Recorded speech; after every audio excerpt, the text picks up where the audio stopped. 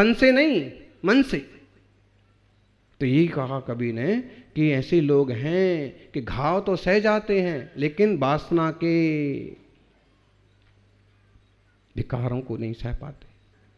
अगर विचार करो तो कुरेति आके असुच तन में काम रोगी रति करें। चूंकि लिखने वाले कवि हैं इसलिए उन्होंने स्त्री का पोस्टमार्टम किया, जैसे कि स्त्री का शरीर क्या है, मलमूत्र से भरा हुआ है, और काम के विकारी लोग जो हैं उसको अच्छा समझते हैं, रीझ जाते हैं।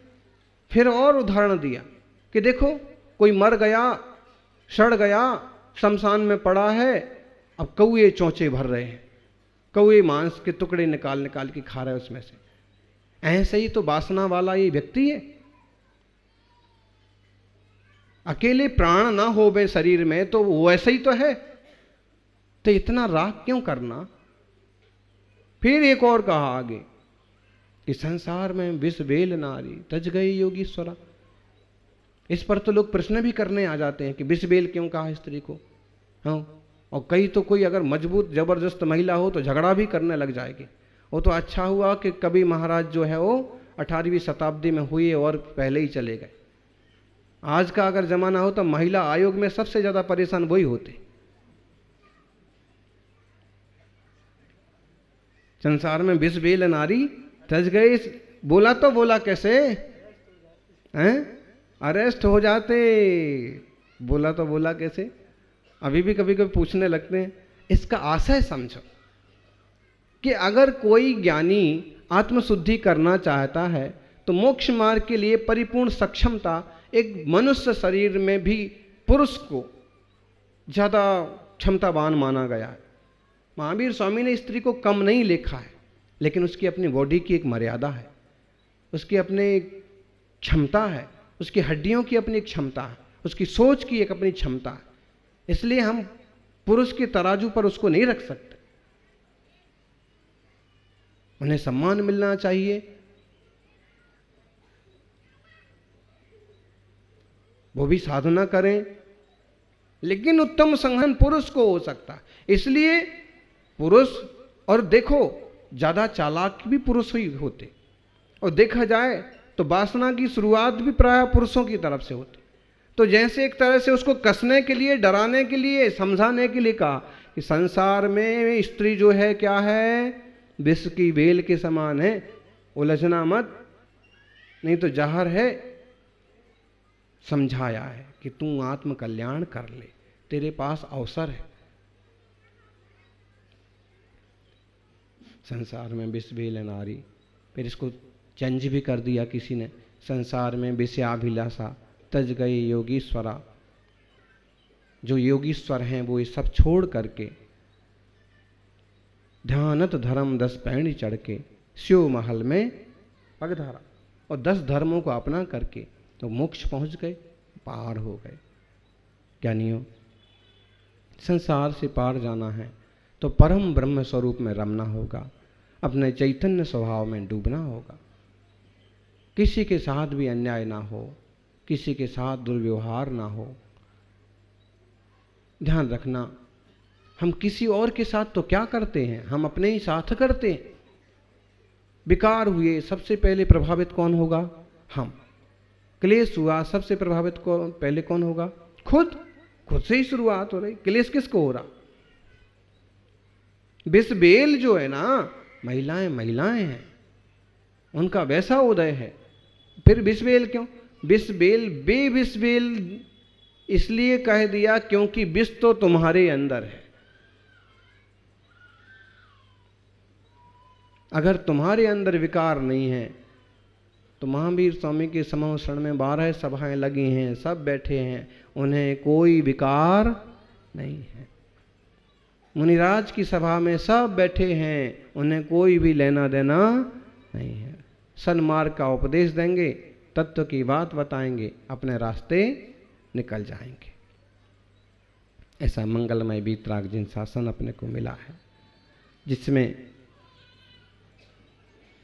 आत्म कल्याण के साथ साथ जन कल्याण की बातें भी कही हैं। यानी स्त्री का सम्मान करना सीखना।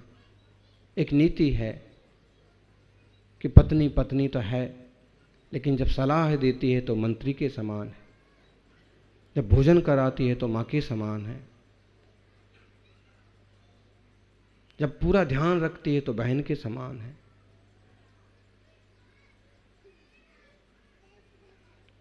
जब अच्छी सलाह देती है तो दोस्त के समान है। तो तुम सिर्फ एक ही दृष्टि मत रखा करो, जैसे लोगों की सोच है ना। कुछ लोगों ने तो स्त्री तो पैर का जूता है बोले, क्या क्या खोटी कल्पनाएं कर मारी।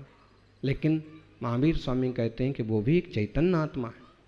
अगर आपके कोई योग संयोग बने हैं, कोई रिश्ते बने हैं, कोई परिवार है, तो ईमानदारी से निष्ठा के साथ निभाओ, और सक्षम जिस दिन हो जाओ सब जंजाल छोड़ करके आत्म कल्याण में लग जाओ, तो भव के पार जाओगे।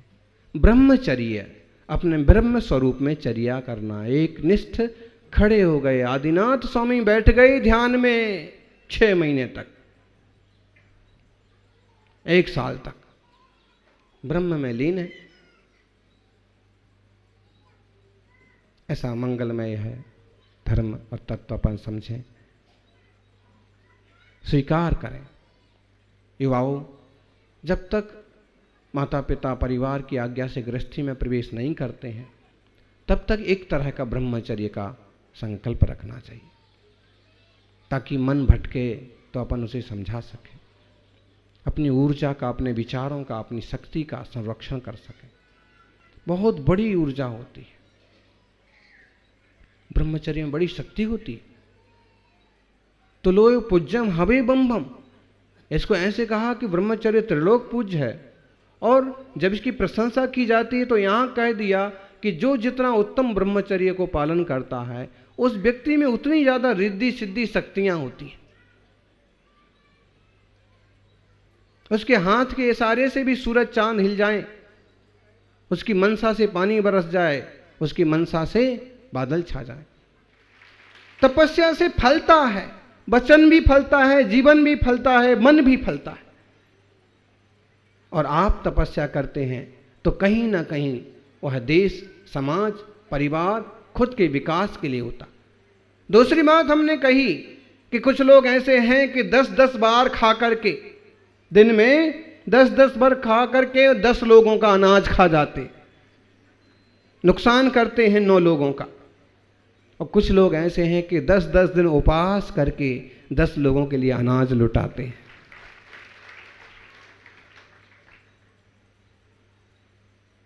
ध्यान रखना, उपवास करके मरने वाले दुनिया में बहुत कम मिलेंगे, बल्कि उपवास करके कोई नहीं मरता है। ज्यादा खा खा करके लोग मरने वाले बहुत हैं। ज्यादा खा खा करके डायबिटीज हो गई, फैट हो गया, दुनिया भर की बीमारियां हो गई। इस धर्मों के बाद हम क्षमा वाणी रूप में पर्व मनाते हैं, और क्षमा के लिए कि क्षमा करें और क्षमा मांग लें, जीत है इसमें, हार नहीं है। क्षमा करें और क्षमा मांग लें, जीत है इसमें, हार नहीं है। क्षमा वीर का आभूषण है, कायर का श्रृंगार नहीं है। क्षमा वीर का आभूषण है, कायर का श्रृंगार नहीं। क्षमा कर दो और क्षमा मांग लो। वास्तव में क्षमा लेने देने की चीज नहीं है, ये तो आत्मा का स्वभाव है। लेकिन फिर भी लोग व्यवहार में सॉरी बोल दो, क्षमस्व, आपके प्रति हमने कुछ गलत कहा हो, आपके प्रति कुछ गलत विचार किए हो। दुनिया में कितने भी त्योहार आते हों, लेकिन मेरे को लगता है कि क्षमा वाणी संवत्सरी से बड़ा त्योहार दुनिया का कोई दूसरा नहीं हो सकता। इतनी बड़ी बात, साल भर की भूलों का लेखा जोखा क्षमा कर देना और क्षमा मांग लेना। आज से हमारा सबका नया जीवन शुरू हो रहा है। 10 उपवास करने वालों का तो हो ही रहा है, 32 उपवास करने वालों का नया जीवन ही शुरू हो रहा है। 32 उपवास का मतलब है दिव्य परीक्षा। कभी कभी ना 2-4 दिन भूखा रहने वाला आदमी भी टपक जाता है। टपक जाता है का मतलब समझ में आया? क्या होता है? 2-4 दिन भी कोई भूखा रह लेता ना, वो आपने पिछले साल कुछ नेताओं ने नाटक किया था उपवास करने का, और आधा भी उपवास नहीं यहाँ हुआ और हॉस्पिटल पहुंच गए। अरे उन लोगों को सीखना चाहिए कि उपवास कैसे किया जाता है, सीखो इनसे।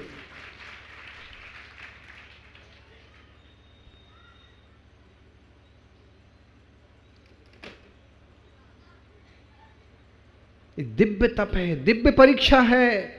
32 उपवास, रोज जिन पूजा, रोज गुरु दर्शन कर रहे हैं और शालीनता का जीवन। ये 10 उपवास वाले देखो, सबके कैसे चेहरे एकदम फूल की तरह खिले हुए। एक युवक तो सुबह रोज दर्शन करने आता है, 4-5 आते हैं उसके साथ हैं कॉलोनी से। तो 8 दिन तो हमको मालूम ही नहीं पड़ा कि इसने कोई उपवास किया भी होगा, और 9वें दिन बताया तो भी हमको भरोसा नहीं हुआ। और आज 10वें दिन भी उसी स्टाइल में, 1 ग्राम भी शायद उसका वजन कम नहीं हुआ, कोई तकलीफ नहीं। ये क्या है? स्थिर नाम कर्म का उदय, भगवान की भक्ति का प्रभाव। वरना एक बार चाय ना मिले ना तो चेहरे दिखने जैसे हो जाते। जो चाय के गुलाम हैं, व्यसनों के गुलाम हैं, भोजन के गुलाम हैं, बाजार के खान पान के गुलाम हैं, उन लोगों को सीखना चाहिए कि 10-10 दिन भूखे रह करके तपस्या भी की जा सकती। वस्तुओं की, भोजन की गुलामी छोड़ो। तो हमने उन पत्रकार को कहा कि अपने परखने के लिए, तप करने के लिए, विश्व शांति के लिए ये तपस्या की जाती है। और जैन धर्म में आज भी तपस्या जीवंत है। जानियो, और आपको कहें कि तपस्या से भी बहुत ज़्यादा महत्वपूर्ण है क्षमा।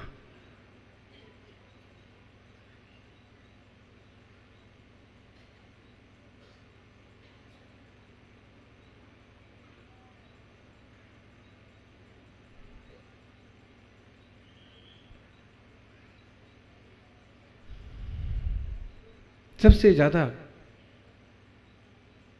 क्षमा का महत्व है। पूजा से ज़्यादा महत्व है स्तोत्र का, स्तोत्र से ज़्यादा महत्व है मंत्र जाप्य का, मंत्र जाप्य से ज़्यादा महत्व है ध्यान का, और ध्यान से भी ज़्यादा महत्व है क्षमा का। लोग पूजा कर लेंगे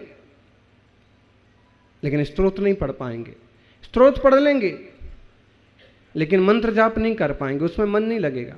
मंत्र जाप भी कर लेंगे, मान लो मन लगा करके मंत्र जाप भी कर लेंगे तो ध्यान नहीं कर पाएंगे, और कदाचित ध्यान भी कर लेंगे तो क्षमा करना फिर भी मुश्किल है। मैं क्यों क्षमा मांग लूं? मैं तो बड़ा तपस्वी हूं, मैं तो बड़ा धनवान हूं, मैं तो बड़ा आदमी हूं। जबकि क्षमा वीर का आभूषण है। पार्श्वनाथ भगवान ने 10 भाव तक क्षमा किया। देख लो, कमठ उपद्रव करता रहा, वो क्षमा करते रहे। कभी कभी लोग पूछते हैं ना, कभी आप श्रावक तो छोड़ो, कभी तभी तो ये त्यागी भी पूछने लगते हैं कि उनने 2 बार ऐसा किया, 3 बार ऐसा किया, 4 बार ऐसा किया, आखिर मेरे को भी गुस्सा आ गया। कब तक क्षमा करते रहेंगे? फिर हम उनको पूछते हैं कि पार्श्वनाथ भगवान ने कब तक क्षमा किया? बोलो बोलो, पार्श्वनाथ के भक्तों हैं। और योगेंद्रगिरी पर जो नया मंदिर बनने वाला है, शायद मूल नायक के रूप में पार्श्वनाथ भगवान भी विराज जाएं तो कितने 10 भाव तक, 1 घंटा 2 घंटा, 1 बार 2 बार नहीं, क्षमा करना। गांठें बांध लेते हैं ज्ञानी, गांठने बांधने वालों को ना कैंसर जैसी गांठें भी हो जाती। और एक बात, कैंसर गांठ का तो एक बार ऑपरेशन भी हो जाए लेकिन बैर की गांठ का तो ऑपरेशन भी दुनिया में कहीं नहीं होता। बैर विरोध की गांठ का ऑपरेशन यदि कहीं होता है तो वह है मुनिराजों के चरण, वह है जिनवाणी का श्रवण, वह है सन्मति समोषण कि जहां आओ बैठो तत्व को समझो तो बैर की गांठ का भी ऑपरेशन हो जाता, मन में क्षमा का भाव पैदा हो जाता। कल एक माँ हमको कह रही थी कि महाराज जी, हमारे पतिदेव और हमारे बहन के पति का क्या बोलेंगे, बहनोई, दोनों में 10 साल से जोरदार अंटी पड़ी हुई है। 10 साल से नहीं मिलते हैं। आपके बड़े भगत हैं, समाज के अगुआ हैं, और दोनों से प्रवचन कराओ तो क्षमा वाणी पर घंटे घंटे का प्रवचन भी आराम से कर दें, लेकिन दोनों छोड़ते नहीं हैं। हमने कहा समझाओ, बोले हमारे समझाने से कुछ नहीं होता, आप समझाएंगे तो हो सकता है दोनों का जीवन बदल जाए, वरना ये बैर पता नहीं कहाँ लेके जाएगा। ज्ञानी, सबसे बड़ा धर्म है क्षमा।